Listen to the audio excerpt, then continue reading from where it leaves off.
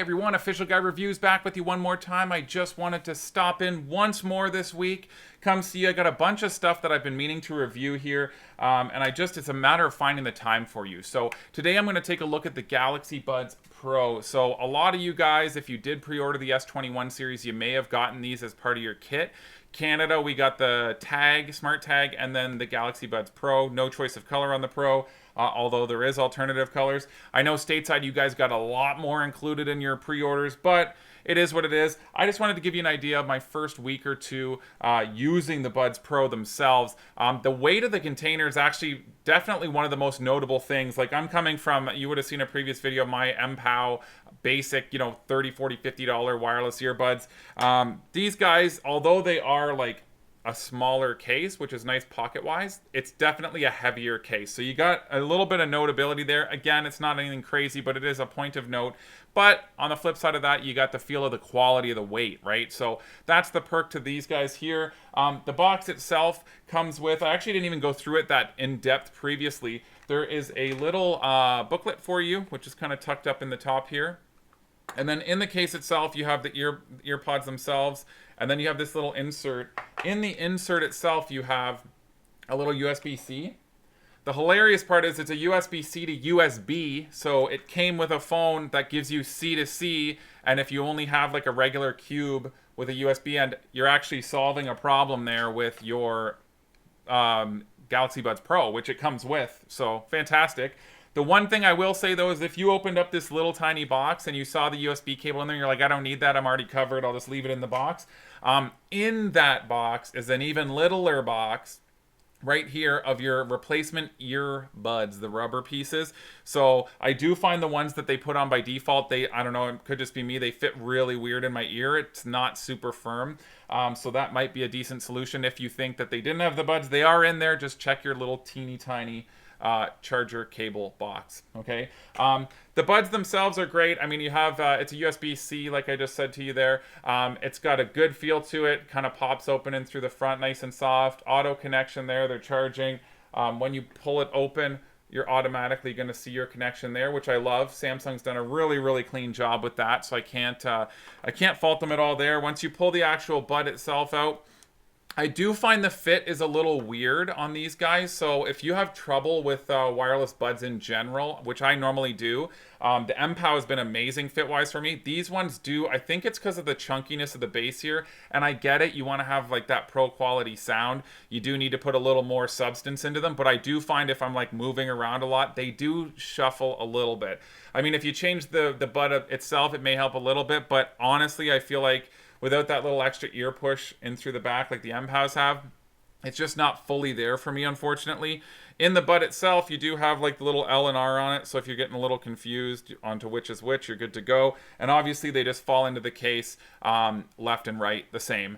Gives you a little light there on your charging status. The other interesting thing is the magnetism in this. It is a magnet, as you can see. They just kind of pop in, but they are not super firm. My daughter was playing around with it and they shook out super easily, so that's just a point of note as well. The sound quality is super solid on these guys. I can't fault them there, and I'll give them all the credit in the world. Samsung, you just pop down the top, you got your devices in through, which is fantastic. Keep it nice and clean, right?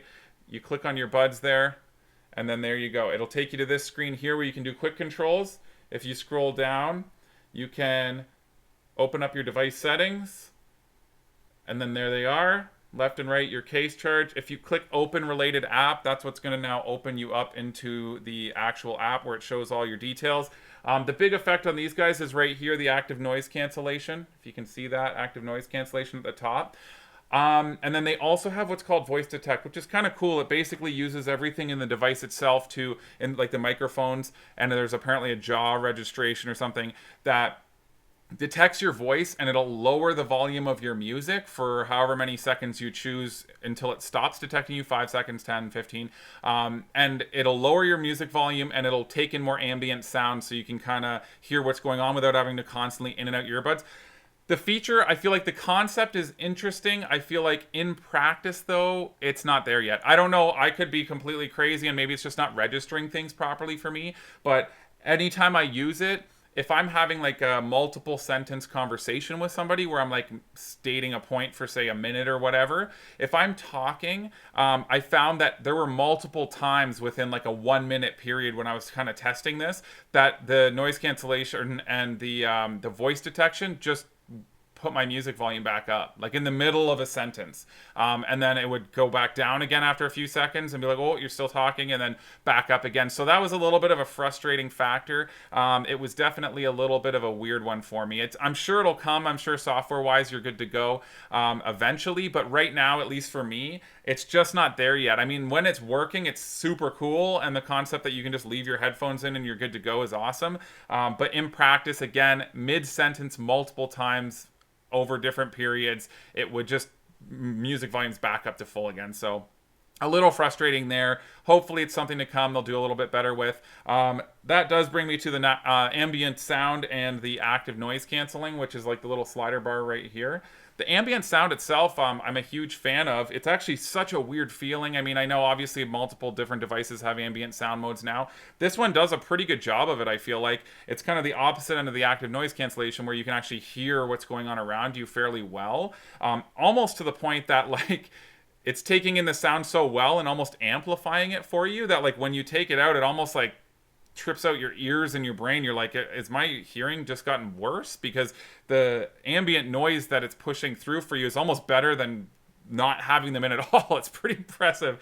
Just kind of a weird feeling. So just be aware. You'll hear a bit of the air sound, and then you can listen in. I mean, the nice thing is if you're just standing or whatever, and you want to listen into somebody's conversation or something, or if you're trying to have a conversation, it's kind of nice to not have to in and out so much. I can't wait. Hopefully they fix that voice detection a little bit because it's definitely rough.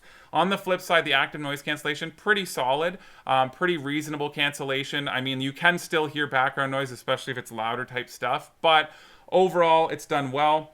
Battery life has held up well. You've got your like equalizer settings and everything here. You can cancel your touch modes and all that. There is a labs version of the gaming mode here. So there's a gaming mode right there that basically is going to try and lower latency and give you more vivid sound for gaming. That way there's no delay.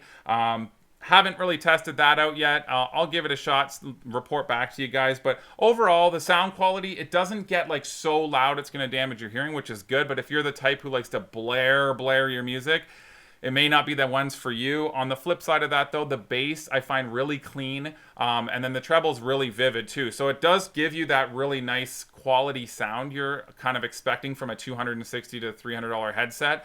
But it's not going to be like blow your doors off loud. And then that's probably for the best, but if you are the type of person, again, who likes to just smash the sound in, it's probably not going to be the ones for you.